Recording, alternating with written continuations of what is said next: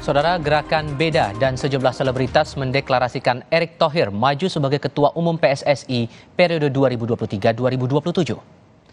Deklarasi Beda digelar di Menteng, Jakarta Pusat untuk mendukung Erick Thohir maju menjadi Ketum PSSI periode 2023-2027. Dihadiri tokoh, pengamat sepak bola, serta selebritas.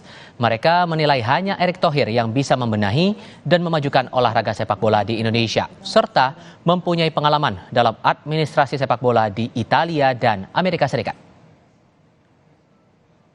Kita tahu bahwa Pak Erick Thohir ini adalah orang yang kompeten, tetapi kalau kompetensi beliau kita semua sudah tahu. Sebagaimana kita lihat beliau bisa membangun BUMN menjadi kementerian yang lebih baik.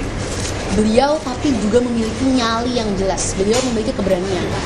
Nah, dengan semangat yang sama, keberanian yang sama, dan kompetensi yang sama, kita harapkan Pak Erick juga akan bisa membawa perubahan yang baik untuk PSSI.